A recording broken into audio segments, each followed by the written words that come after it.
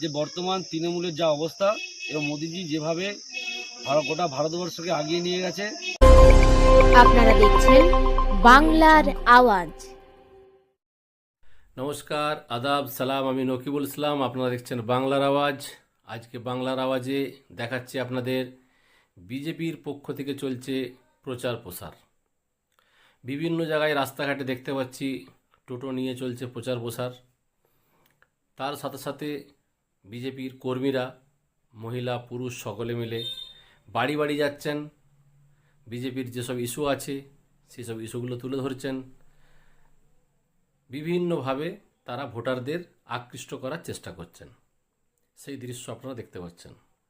আমি বলেছিলাম যেসব ভিডিও আমাদের ভালো লাগবে বাংলার আওয়াজ সেগুলো অবশ্যই তুলে ধরবে, সে যে দলেরই হোক না কেন।